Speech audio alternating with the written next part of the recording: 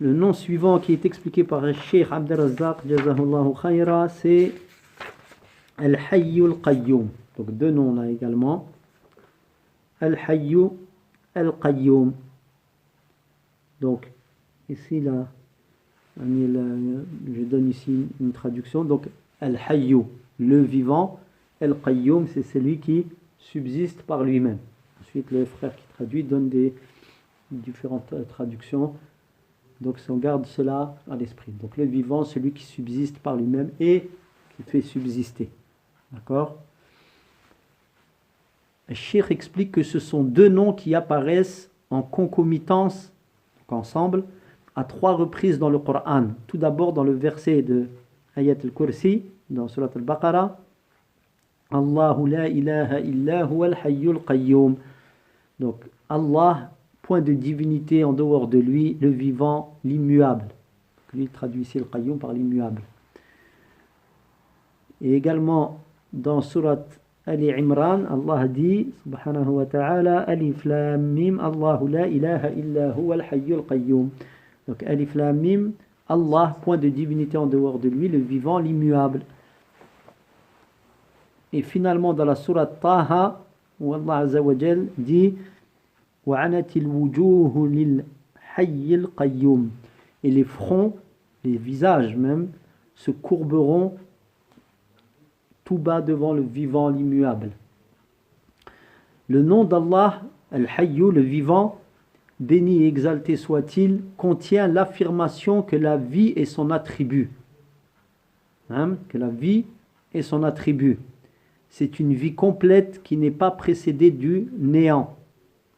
Elle ne sera non plus pas suivie par la disparition ou l'anéantissement. Elle n'est affectée par aucun défaut ni manquement. Notre Seigneur béni et exalté soit-il est bien au-dessus de cela. Donc là ici, vous voyez ce que j'entends par, quand on dit on n'arrive pas à définir Ar-Rahma, là il définit Al-Hayat, la vie d'Allah Azza wa Jal, non précédée d'inexistence et non suivie d'anéantissement. Donc il donne le sens là de la Al-Hayyu. Alors que pour Ar-Rahman, il dit donc que c'est un attribut qui est le sien, et après il donne les comment on a dit, les conséquences et les marques de cette, enfin les traces de la miséricorde d'Allah. D'accord. Donc notre Seigneur Allah Azza wa Jal, béni et exalté soit-il, est bien au-dessus de cela, c'est-à-dire du défaut, d'un défaut qui affecterait sa vie. C'est une vie qui exige la plénitude des attributs du Tout-Puissant relatifs à sa science, son ouïe, sa vue, son pouvoir, sa volonté, sa miséricorde, son omnipotence et autres traits de sa perfection. Ici on parle de, par rapport à ce qu'on avait vu dans l'introduction, on parle ici, c'est par l'indication du nom, ce qu'il indique par obligation. Voilà, par obligation là. D'accord?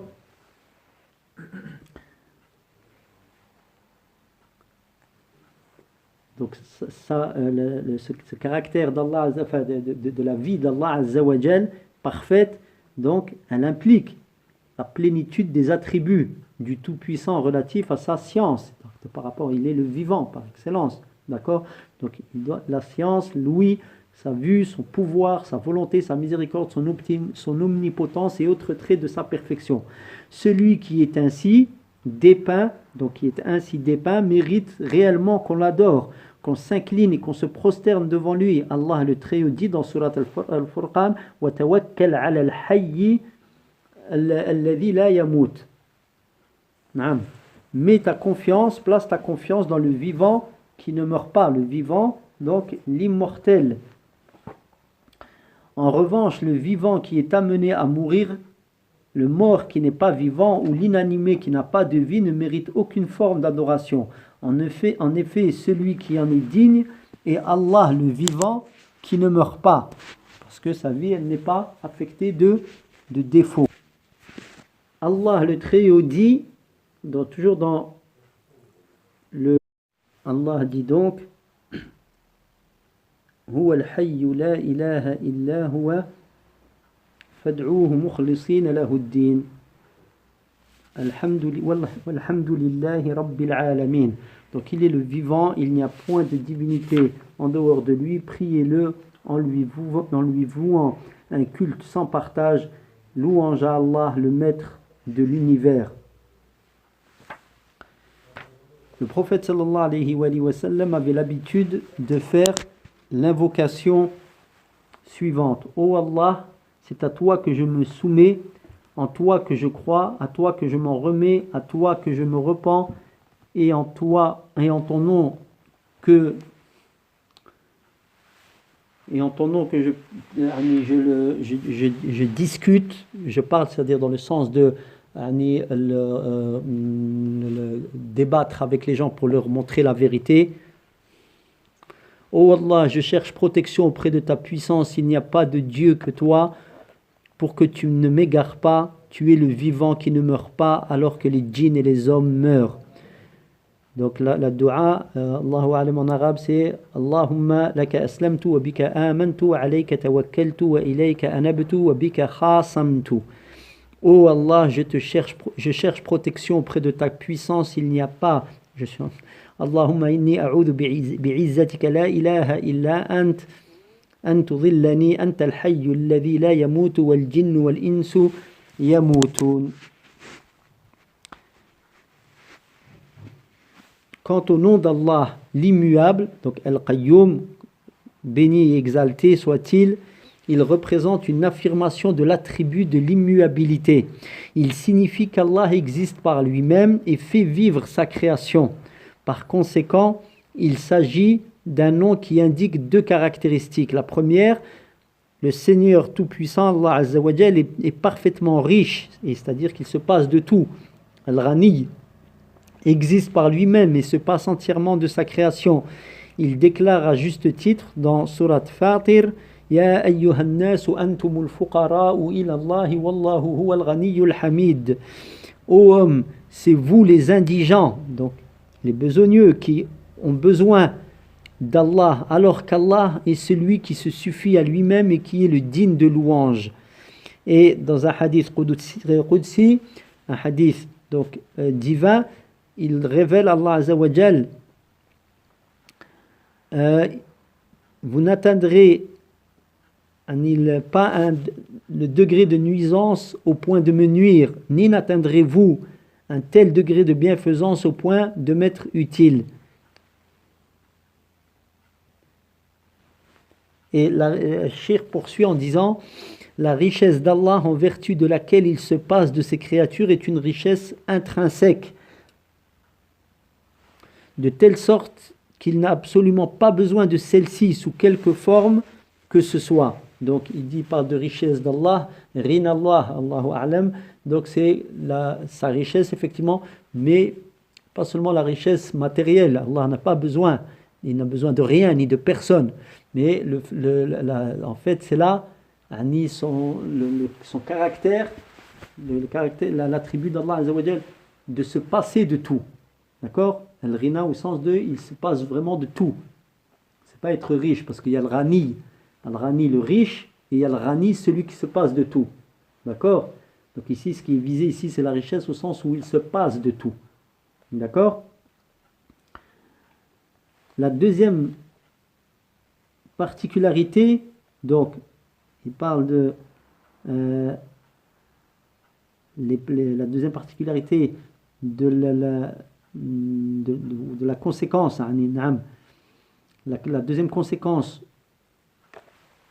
de ce nom d'Allah Azza wa Jal, ou la deuxième caractéristique de ce nom de Al-Qayyum, celui qui subsiste par lui-même. C'est la définition qu'on peut en donner, donc comme elle a été donnée ici.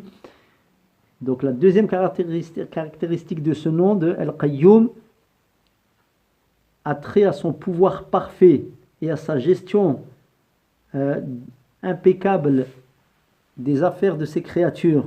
C'est lui qui par son pouvoir leur permet d'exister. En revanche, toutes les créatures ont besoin de lui. Elles ne peuvent se passer de lui, ne serait-ce que l'espace d'un clin d'œil, d'un clignement d'œil.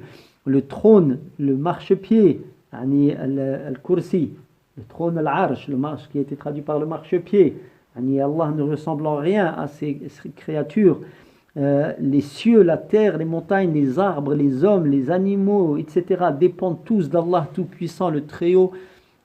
Interroge dans le Coran une interrogation qui ne souffre aucune réponse autre que la vérité. Il dit dans Surat Ar-Ra'd,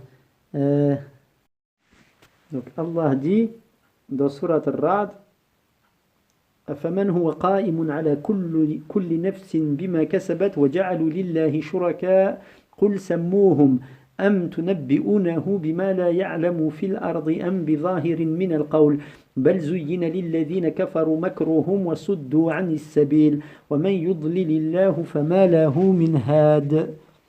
Donc Allah dit, comment est-ce à celui qui lit dans chaque âme et sait ce qu'elle acquiert, qu'ils osent donner des associés, donc qui sait ce que toute personne acquiert, qu'ils osent donner des associés, dis-leur, définissez ces divinités par leurs attributs.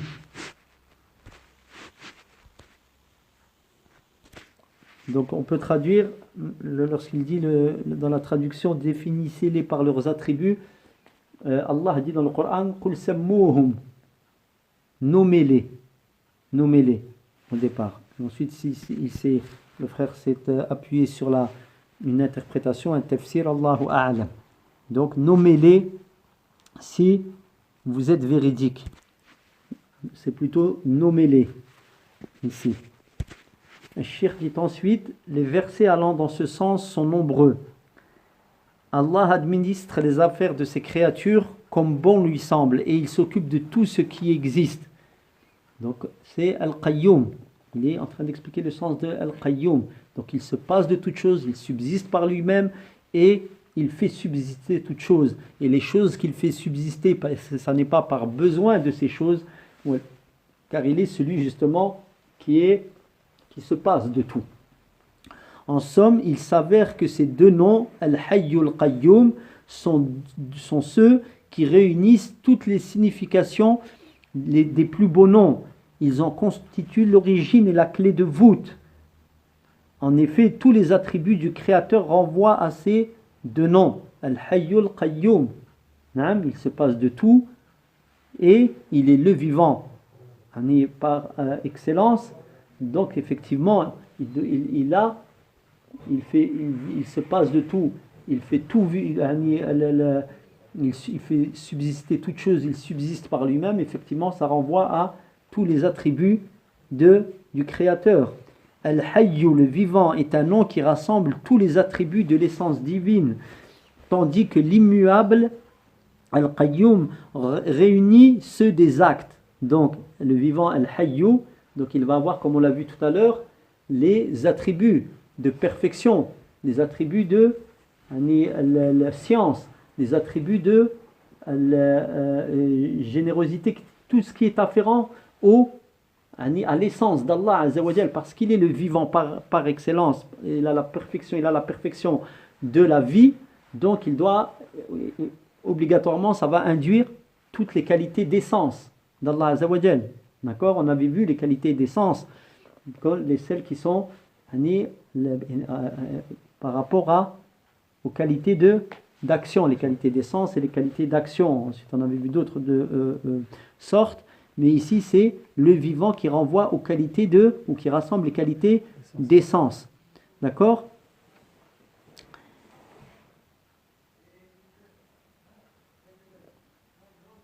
Donc, les qualités ainsi les attributs propres à l'essence, tels que l'ouïe, la vue, la main, la science, etc., renvoient tous aux vivants, Al-Hayyu. Quant aux attributs actifs d'action d'Allah, tels que la création, l'octroi des subsistances et des faveurs, le don de la vie et de la mort, etc., indiquent tous le nom de Al-Qayyum, l'immuable, celui qui fait vivre, celui qui subsiste par lui-même et celui qui fait subsister. En effet, l'une des significations de ce dernier, Al-Qayyum, a trait au fait que c'est lui qui s'occupe de ses créatures, il fait subsister. Et qu'il s'agisse de la création, de la subsistance, de la vie, de la mort ou de la gestion des choses. Tous les plus beaux noms d'Allah renvoient à ces deux noms, Al-Hayyul Qayyum. C'est pour cette raison que certains savants s'accordent pour dire qu'il représente le nom suprême d'Allah, comme on avait vu dans la divergence, Al-Hayyul Qayyum, parmi ceux qui voient que c'est Al-Hayyul Qayyum, le nom suprême d'Allah. Donc l'association de ces deux noms, par lequel il exauce quand on l'invoque et donne quand on lui demande. Ces deux noms apparaissent dans la plupart des hadiths faisant allusion au nom suprême. Selon Ibn al-Qayyim, l'attribut de la vie englobe tous les attributs de la perfection et les implique. Celui de l'immuabilité embrasse tous les attributs actifs, donc d'action. C'est pour cette raison que le nom suprême d'Allah, par lequel il exauce quand on l'invoque et donne quand on lui demande, est incarné par le nom de le vivant, l'immuable. C'est tiré de Zayd al-Ma'ad.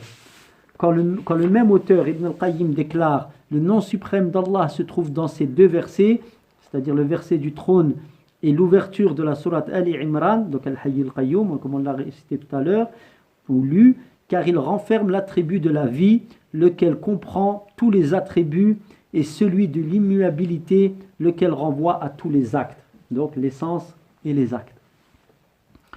Nous avons, fin de citation, là c'est tiré de As-Sawa'iq al-Mursala. Al-Shir poursuit en disant: nous avons mentionné plus haut que les textes relatifs au rappel du nom suprême d'Allah ainsi que les avis des ulama, des savants à propos. Donc, nous avons cité plus haut les textes relatifs à la divergence entre les savants relatifs au nom suprême d'Allah. Ibn al-Qayyim a abordé le sublime effet de l'invocation par ces deux noms, Al-Hayyul Qayyum, en particulier pour repousser l'anxiété, les soucis ou les peines qui affectent l'être humain. On invoque Allah par ces deux noms, Ya Hayyu Ya Qayyum. Il ajoute la formule Ya Hayyu Ya Qayyum Birahmatika Astaghith. Donc, ô vivant, ô immuable, c'est auprès de ta miséricorde que je recherche assistance. Donc c'est une dua qui a une origine dans la sunna. Wallahu a'lam, a un effet extraordinaire pour repousser le mal. En effet, cela est en adéquation parfaite avec d'une part l'attribut de la vie, lequel comporte tous les attributs de perfection qui lui sont nécessaires à cette vie parfaite donc, et d'autre part avec celui de l'immuabilité, donc Al-Qayyumiyya, lequel contient tous les attributs actifs, donc attributs d'essence, attributs d'action. Aussi, est-ce la raison pour laquelle le nom suprême d'Allah, par lequel il exauce quand on l'invoque et donne quand on lui demande, est Al-Hayyul Qayyum. Donc c'est Ismullah Al-A'zam. Donc, d'après Ibn al-Qayyim, rahimahullah. Donc la vie, dans sa globalité, s'oppose à toutes les maladies et à toutes les douleurs. C'est pourquoi les habitants du paradis, dont la vie est entière, donc entière au niveau physique et au niveau l'absence de mort, ne connaîtront ni souci, ni anxiété, ni tristesse, ni aucune forme de calamité. Par contre, une vie déficiente porte atteinte aux actes et elle est contraire à l'immuabilité. Précisément, l'immuabilité parfaite correspond à la vie parfaite. D'accord? Une vie déficiente est contraire à l'immuabilité, d'accord? Qui est représentée par le nom Al-Qayyum. D'accord? Qui est l'immuabilité, il dit, ça renvoie, donc, elle correspond à une vie parfaite. Et Allah, c'est Al-Hayyul Qayyum.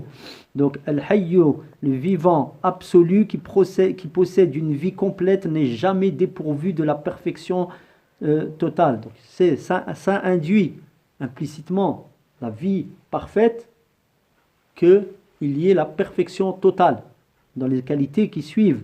Quant à l'immuable, Al-Qayyum, action, aucune action possible ne lui est impossible. D'accord? Tout ce qui est, tous les actes lui sont possibles. D'accord? Dès lors, l'intercession par l'attribut de vie et d'immuabilité, le fait d'invoquer Allah, Ya Hayyu Ya Qayyum, a un impact sur la disparition de ce qui est contraire à la vie nuisible à l'action. À la vie, pardon, qui est contraire à la vie et nuisible à l'action. En somme, le nom Al-Hayyul Qayyum, le vivant, l'immuable, a un effet particulier sur l'exaucement des invocations et la dissipation des malheurs. Donc d'où l'importance d'avoir le sens de ce que l'on dit quand on invoque Allah Azza wa Jal, son sens, qu'est-ce que ça englobe, qu'est-ce que ça renferme comme sens, ce nom par lequel on l'invoque, le vivant, l'immuable, Al-Hayyul Qayyum, le sens, que le cœur il soit rempli de cette compréhension au moment où on invoque, et ça ne sera absolument pas comme si on invoque Allah Azza wa Jal par ces noms sans comprendre leur sens. Et ainsi, on fait l'analogie avec tous les autres noms d'Allah Azza wa Jal. Dans les Sunan et dans le Sahih d'Abi Hatim, il y a ce hadith qui remonte jusqu'au prophète sallallahu alayhi wa sallam. Le nom suprême d'Allah se trouve dans ces deux versets. On avait vu cela. Naam, où Allah Azza wa Jal dit Wa ilahukum ilahu wahid la ilaha illahu ar-Rahman afwan وإلهكم إله واحد لا إله إلا هو الرحمن الرحيم. نعم. Votre Dieu est unique, Allah est unique. Votre Dieu est unique, il n'y a d'autre divinité que lui. Il est Allah ou il est le Dieu de la bonté et de la miséricorde.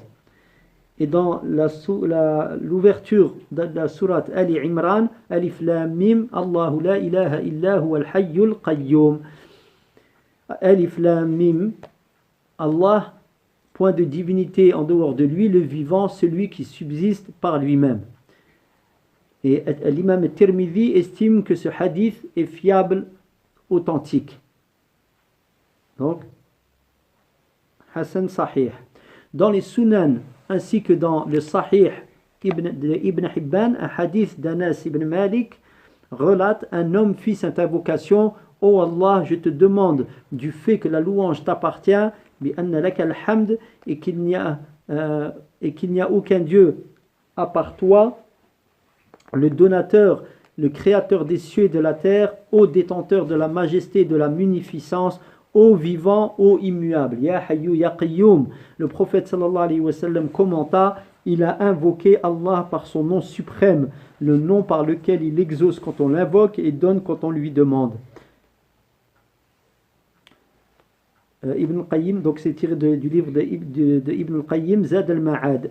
Donc cette assertion de l'auteur de Ibn Qayyim, donc ce qu'il dit et ce dont il se sert pour le prouver, est confirmé par un hadith rapporté par Tirmidhi dans son Jami'.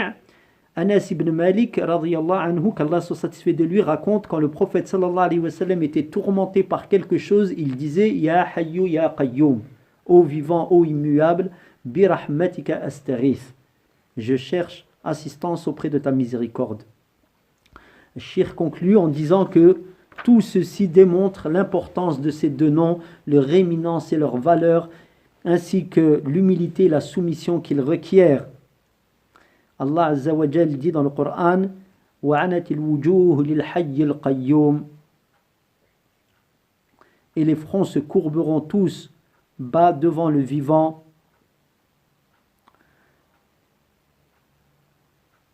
وَقَدْ خَابَ مَنْ حَمَلَ ظُلْمًا. Malheur donc à ceux qui se présenteront chargés d'iniquité. Wallahu ta'ala a'lam wa sallallahu ala nabiyyina Muhammad wa ala alihi wa sahbihi ajma'in.